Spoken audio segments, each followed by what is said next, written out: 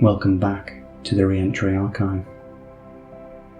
So long as there are particles in the universe, a 5-MeO DMT experience report, taken from erowid.org. Now that 5-MeO DMT is Schedule 1 in the United States, I have been thinking about it a lot. I have decided to share an experience with this drug that changed my life, changed it for the better, and in other ways, changed it for worse. At this time in my life, I had experimented heavily with MDMA, LSD, cannabis, DXM, amphetamine, opiates and cocaine.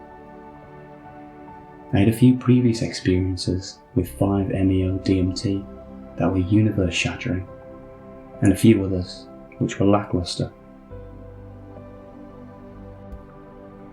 Me and a friend decided to spend a weekend in the Akala National Forest, expanding our consciousness. We had brought nothing but 5-MeO DMT and some cannabis. The first night, as we sat in our tent, we decided it was time to break out the pipe. We weighed out exactly 25 milligrams, 10 milligrams higher than I have ever previously used. My friend went first, but never really got too far off the ground. Then it was my turn. I put the flame to the pipe, let it settle, and began inhaling. Before the smoke could even be exhaled, it feels like I jumped on a top thrill dragster roller coaster at Cedar Point, but I realised I had forgotten to buckle my seatbelt. But it's alright, because I also feel like I was given an anaesthetic dose of some kind of tranquilizer right as I was about to freak out. I wanted to scream, but I was paralysed. Then I got really scared when the roller coaster took off at blistering speeds and flew off the tracks.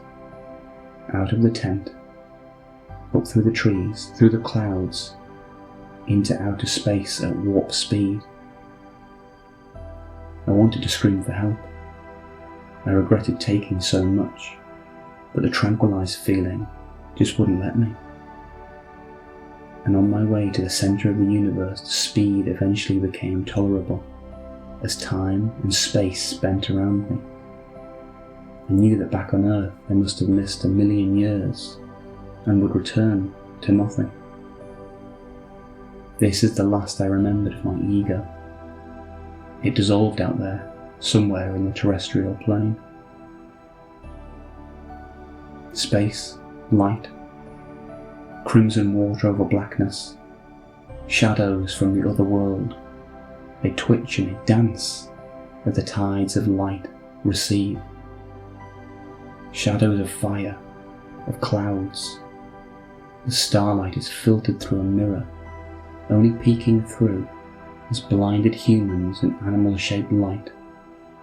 Here, whatever I am, is the centre of a spiralling system, perhaps insignificant itself, as a passing atom in the world. But whatever I am, it is my sustenance. This is the weight towards which we fall, the weight that pulls planets to suns, the Big Bang and what came before it, an ongoing explosion in colour, on the spectrum's edge, beyond the perceptibility of the eye. There is a window there. I look into it. James Lathrop, born 1924, served in the Korean War, was a merchant marine. He had 6 children. He was a conservative man. The most he ever saw of the world outside of Ohio was New York City when he was stationed there. He got tricked into dancing with a drag queen, and the boys never let him down. And after he swore off cities and lived the rest of his life in a small town, he worked in car dealerships, never made much money. he married a quiet Christian woman named Marilyn. She gave birth to 6 children. All of them had the initials DJ. He had a drinking problem and loved Mountain Dew.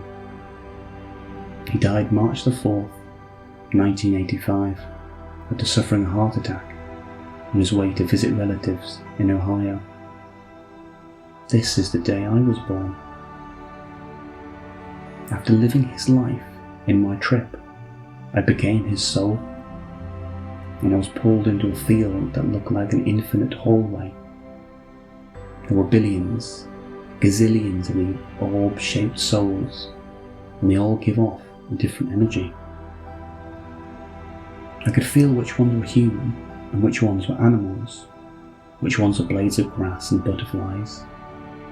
Every single one of these orb soul spirits looked unique, as if they were designed by an artist to reflect the experiences of each particular soul.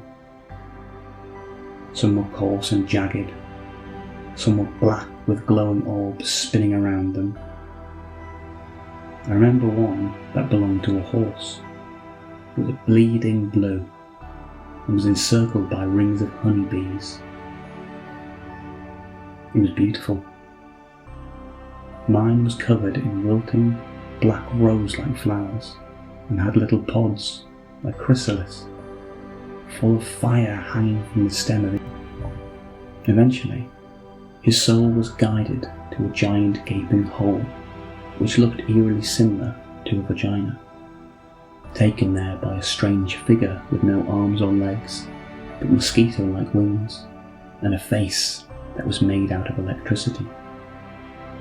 He pushed the soul into the orifice, and I was shot through a tunnel, and then awoke, coming out of a vagina. My mother's. I watched myself get born. But just like James's life, I had no control over the infantile me. A voice said to me as I stared out of the baby's eyes in a language that wasn't English, but I could still understand.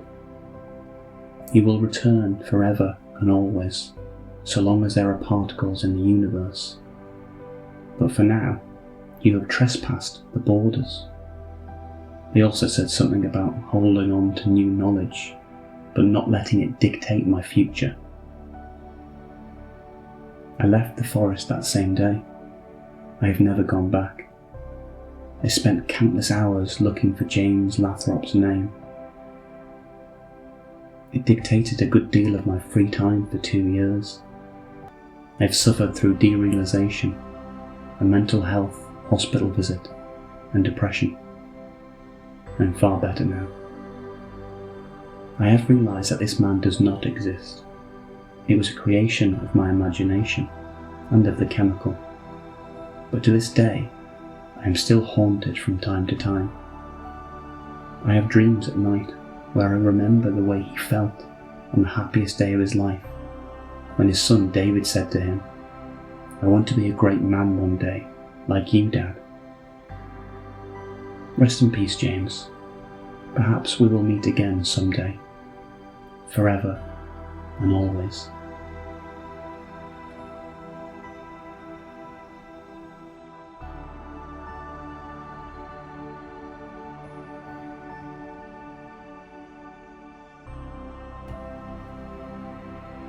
This traveller had multiple interesting encounters during this experience. James Lathrop represents the ancestral archetype. Whether real or not, he functioned as an ancestor that the traveller carried within themselves. Symbolically, he embodied the ordinary man, family and struggle, unfulfilled potential, love and loss. His presence invited the traveller to integrate the mundane along with the transcendent.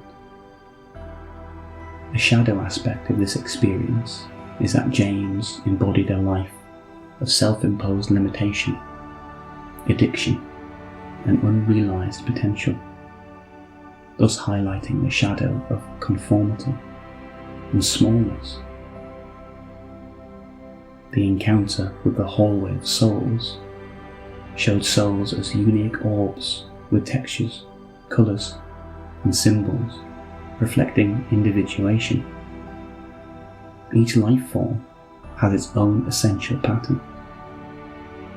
The traveller's own soul being covered in wilting roses and fiery pods, a deep symbolic mirrors of suffering, mortality, and transformation. Later, the traveller also had a profound encounter with the Great Mother. She appeared in two forms. Firstly, as the cosmic womb, a gaping vaginal void through which souls are recycled. Then, as the traveller's biological mother, as they watch themselves be born. The Great Mother is both life-giver and gateway to rebirth. She is the cosmic womb and tomb. Here in this experience, her dual nature is emphasized.